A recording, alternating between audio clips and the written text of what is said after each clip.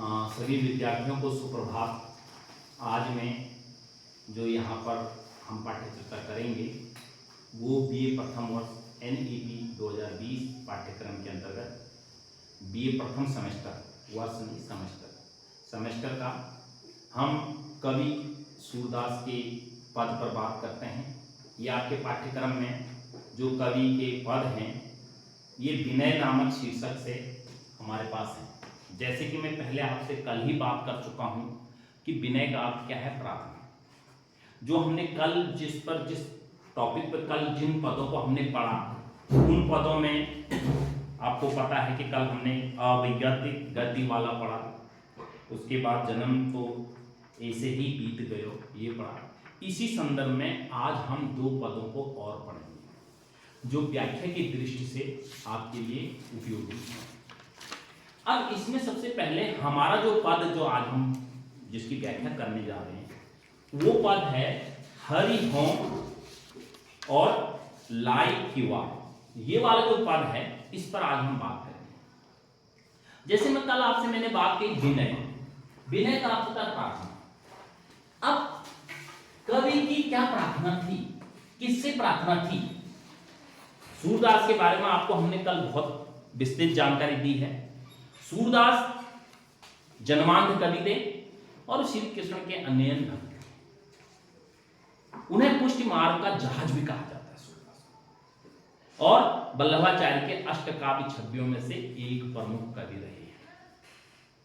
और उन्होंने पूरे जीवन पर कृष्ण की भक्ति करी और कृष्ण पर ही रचनाएं लिखी। वो चाहे लोक रंजक के रूप में हो चाहे लोक रक्षक के रूप में हो, ये मैं इस पर हम कल पर चर्चा कर चुके हैं।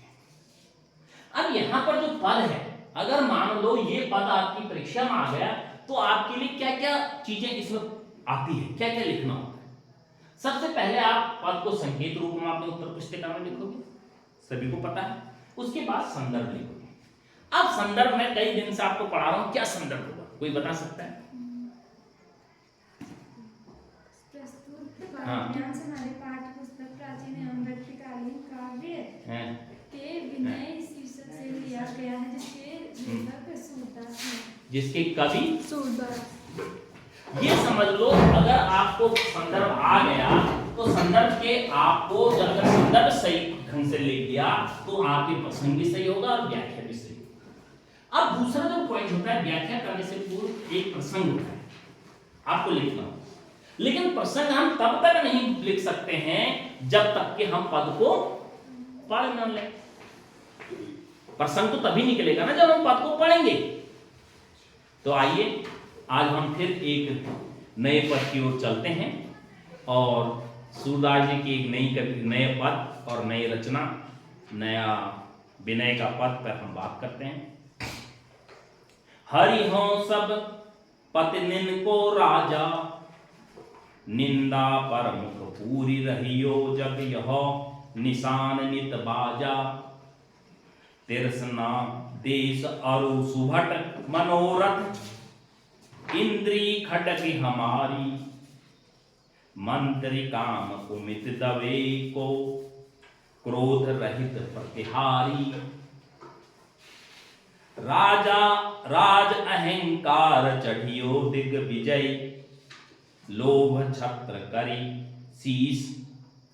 फौज असत संगति की मेरो, ऐसो हूं मैं ईश। मोह माया बंदी गुण गावत, माघद दोष अपार। सूर पाप को गढ़ धृत कीनो, मुह कमलाई किवार। अब आपके पास अगर ये पद कोई भी पद आता है तो आपको 2 या 3 बार उसे पढ़ना है। उसके बाद उसका प्रसंग डिसाइड करना है, उसका प्रसंग क्या है उस पर बात करनी है, फिर उसके बाद उस पर व्याख्या लिखनी है। अब यहां पर प्रसंग कभी भी सबको जो प्रथम लाइन होती है, हाँ, जो प्रथम लाइन होती है उसी से ही प्रसंग डिसाइड हो जाता है कि प्रसंग कैसे लिखोगे आप।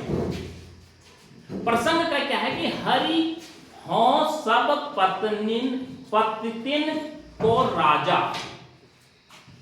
क्या होगा? हरि माने भगवान।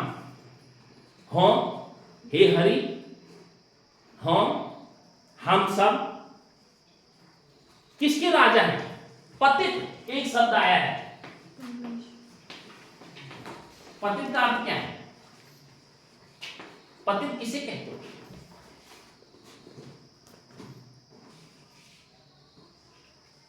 कभी पाप करा है तुमने? कितनी चींटियां मारे, कितने सांप मारे, बिच्छू मारे। पतित जो शब्द है वो उसका अर्थ होता है पापी। झूठ बोलना पाप है। तो वो सूरदास जी कह रहे हैं कि पतितन को राजा,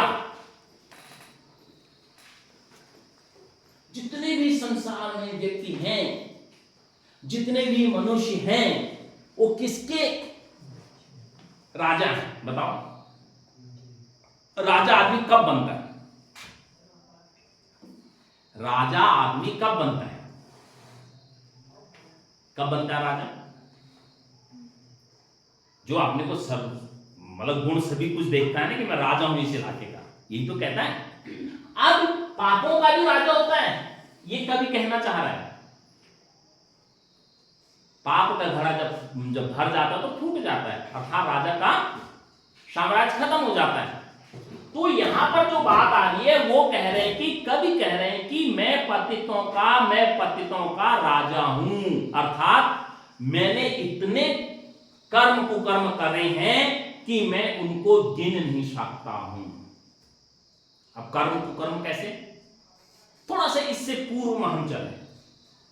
क्या गिद्ध को पापी समझते तो गिद्ध का उद्धार भगवान करते हैं? भगवान सभी का उद्धार करते हैं। कसाई जो रोज मुर्गा काटता है, भगवान उसका भी उद्धार करते हैं, वो भी तो पापी है। भगवान वेश्या जो जिसे हम पापन कहते हैं उसका भी उद्धार करते हैं। भगवान सबके हैं। कवि का कहने का आशय यह है, वो चाहे कितना भी बड़ा पापी क्यों न हो, भगवान उसके भी हैं। वो चाहे कितना भी अच्छा व्यक्ति क्यों न हो, भगवान उसके भी हैं। लेकिन अगर पापी व्यक्ति को महसूस हो जाए कि मैं पापी हूं, अगर उसे अपने आत्मा पर ग्लानि आ जाए और आत्मा से वो मुखरित हो जाए कि मैं आपसे पाप नहीं करूंगा, हे भगवान मैं तुम्हारी शरण में आना चाहता हूं, तो भगवान उसे क्या कर देते हैं? क्षमा कर देते हैं, माफ कर देते हैं। ये सूरदास का कहने का आशय है। ये कहने का पहले ही लाइन से आपका संदर्भ प्रसंग हो सकता है। उस प्रसंग में क्या लिखोगे आप? उस प्रसंग में ये लिखोगे कि प्रस्तुत पद्य खंड में कवि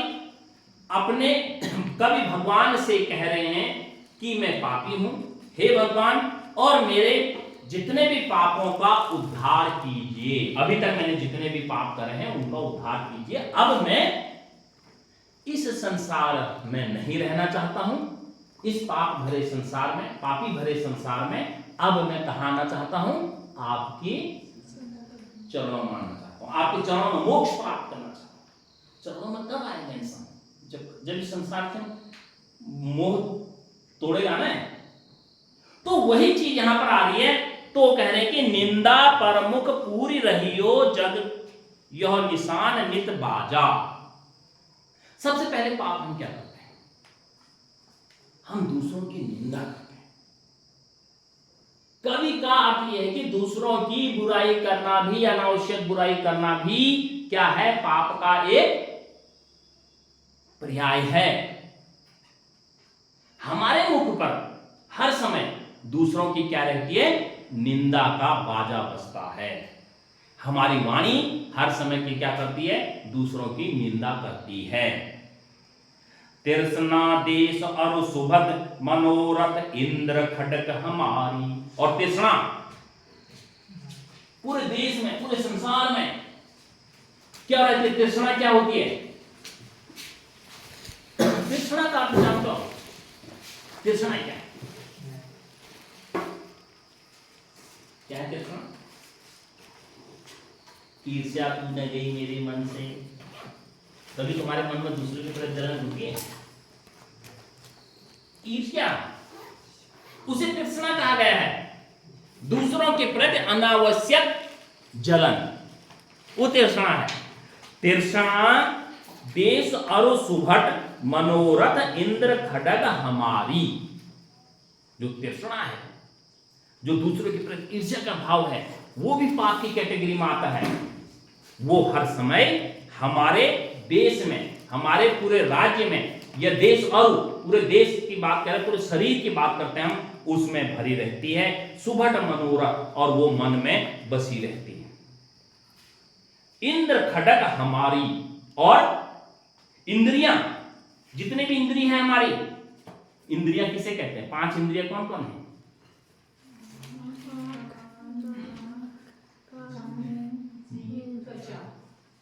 तो फिर ये जीभ भी तो खटक का काम करती है ना।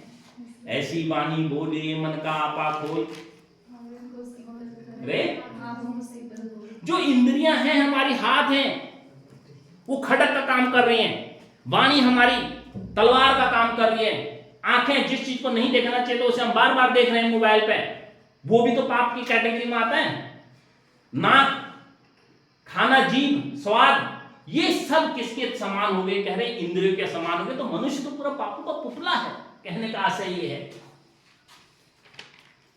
मंत्री काम कुमित दवे को क्रोध रहित प्रतिहारी। अब जो हम मंत्री क्या है, जो काम हमको करना चाहिए था वो काम तो हम कर नहीं रहे। हम अनावश्यक काम कर रहे हैं, समाज की भलाई के लिए काम नहीं कर रहे हैं। मंत्री क्या है?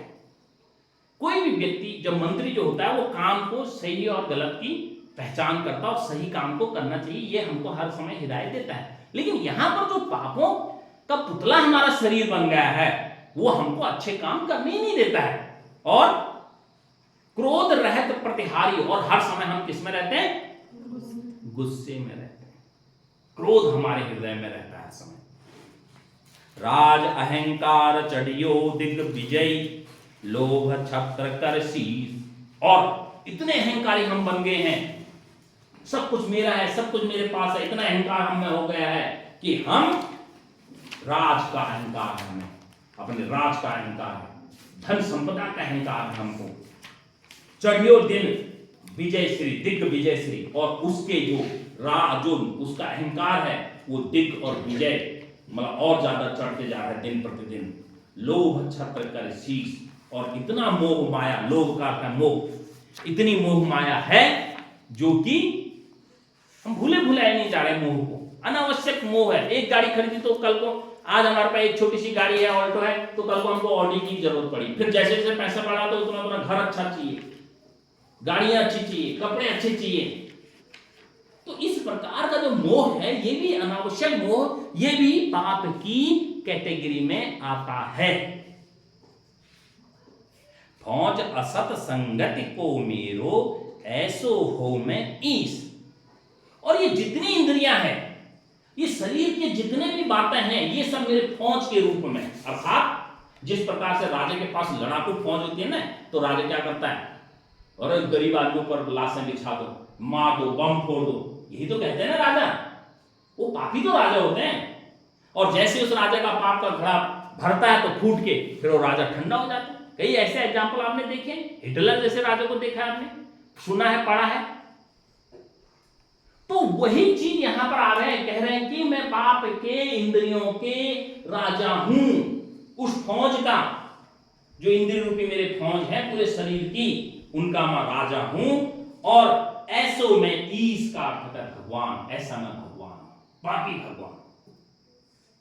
मोह माया बंदी गुण गावत, मागध दोष अपार।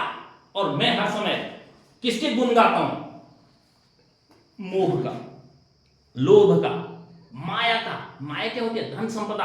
कई लोग देखो, अरे मेरे पास ऐसा है, मेरे पास ये गाड़ी है, मेरे पास वो गाड़ी है। कई लोगों के मुंह से आपने सुना होगा ना, हमने ऐसा करा, हमने वैसा करा, हमने ये खरीदा।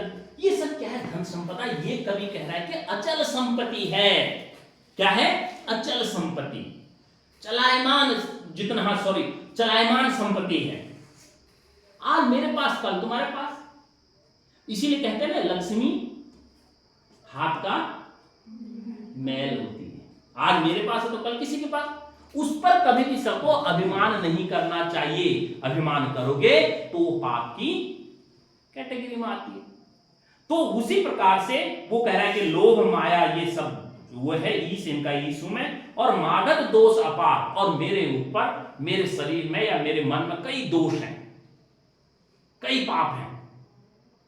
सूर पाप को गढ़ो दृढ़ कीनो, गढ़ दृढ़ कीनो, महुकम लाए की वार।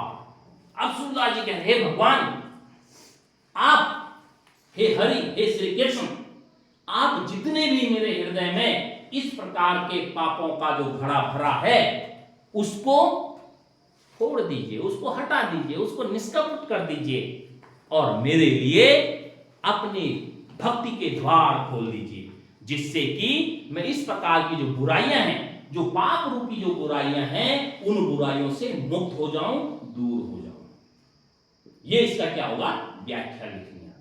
अर्थात सूरदास इस पंक्तियों में क्या कह रहे हैं, जो पापी व्यक्ति है उस पापी व्यक्ति को का स्वरूप के रूप में प्रदान कर रहे हैं। और सूरदास जी कहते हैं पूरे संसार में सभी व्यक्ति पापी हैं, कोई भी व्यक्ति ऐसा नहीं है कि जिसने पाप नहीं किया, और पाप की कैटेगरीज भी उन्होंने बता दी। और साथ साथ में वो कहते हैं कि पाप तभी खत्म होगा जब आप हरि की चरणों में चले जाओगे। तो आपके जितने भी आपने पूर्व जीवन में पाप करे हैं, उन पापों का स्वतः ही नष्ट हो जाएगा, और भगवान श्री हरि कृष्ण आपको माफ कर देंगे। क्लियर? इतना तक आपने ये तीन चीजें आपने इस प्रकार से लिखनी है। अब आता है इसमें काव्यगत सौंदर्य, ये बहुत इंपॉर्टेंट बात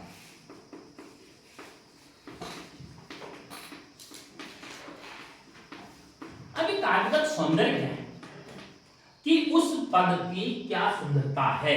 जैसे मैंने आपको बताया, इसमें रस कौन सा है, अलंकार कौन सा है, छंद कौन सा है, भाषा कौन सी है, ये सब कविता की क्या है, सुंदरता है। तो इसे कहते हैं काव्यगत सौंदर्य। सबसे पहले क्या कहेंगे हम, आप इसके एक लाइन में लिखो कि कवि सूरदास जी ने मनुष्य को पापों का घड़ा बताया है, और वह अपने पापों की मुक्ति के लिए, वे पापों की मुक्ति के लिए श्री हरि के चरणों में जाना चाहते हैं। क्लियर? समझ में आ गया? ये लाइन आपने लिखनी है। फिर आ गए अलंकार। कल हमारी बात हो रही थी इसमें, अलंकार में क्या लिखोगे आप, कौन कौन से अलंकार है बताओ, कौन कौन से अलंकार लिखोगे? अनुप्रास, कहां पे है अनुप्रास? ये अनुप्रास यमक तो कल ही तो थे, वो तो अलग पद के हो सकते हैं, इसके अलग होंगे। मैंने कल अनुप्रास अलंकार की परिभाषा क्या बताई आपको? किरण, कुछ आइडिया है? क्या नाम है? अंजलि, कल आई थी हम, क्या अनुप्रास अलंकार की क्या परिभाषा बताई? जहां पर एक वर्ण की बार बार आवृत्ति होती है वो अनुप्रास अलंकार है। जहां पर एक वर्ण कई बार प्रयोग होता है लेकिन उसके अलग अलग अर्थ होते हैं, यमक है।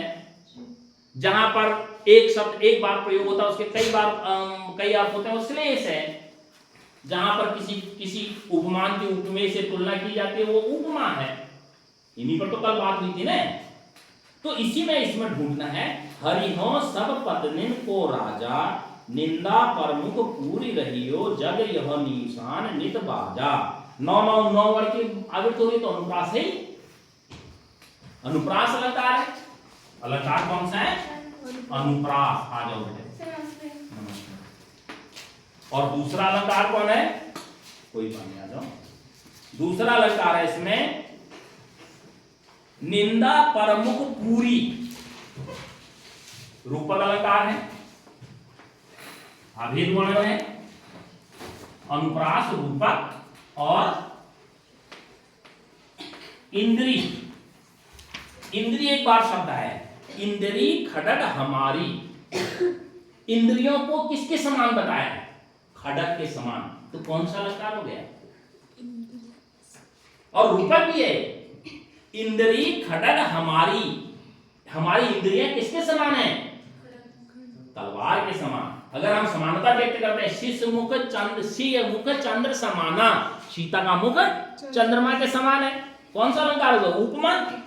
तो वही है इंद्र खड़ग हमारी जो हमारी इंद्रियां हैं किसके समान है, तो कौन सा अलंकार हो गया, फिर ऐसे तो ढूंढना है कौन सा अलंकार हो गया, उपमा। बस 3 अलंकार हो गए इसमें। रस फिर आता है रस, रस कौन सा होगा, कल बताया मैंने, सूरदास में से विनय में तो एक ही रस है। हाँ जब जोर से बोलो ना, कौन सा रस होगा, हिंदी में कितने रस हैं, गुड। फिर रस के बाद आएगा छंद, छंद भी कल बताया मैंने, क्या है, गे पद। ये सब आपको याद करने हैं, एक ही चीज है। फिर छंद के बाद आएगा गुण। अब जब भक्ति रस होगा तो भक्ति रस में एक ही छंद आता है, कौन सा, तो न गुण कौन सा आएगा, प्रसाद। 3 गुण बताए थे ना मैंने, माधुरी, प्रसाद और ओज। फिर उसके बाद आता है भाषा। भाषा कौन सी है, ब्रज भाषा, जो आप पढ़ रहे हो ये ब्रज भाषा में है। क्लियर। यहां तक आप इस प्रकार से अगर इस पद का उत्तर लिखेंगे तो अवश्य ही मैं आशा रखता हूं कि आपको अच्छे नंबर मिलेंगे।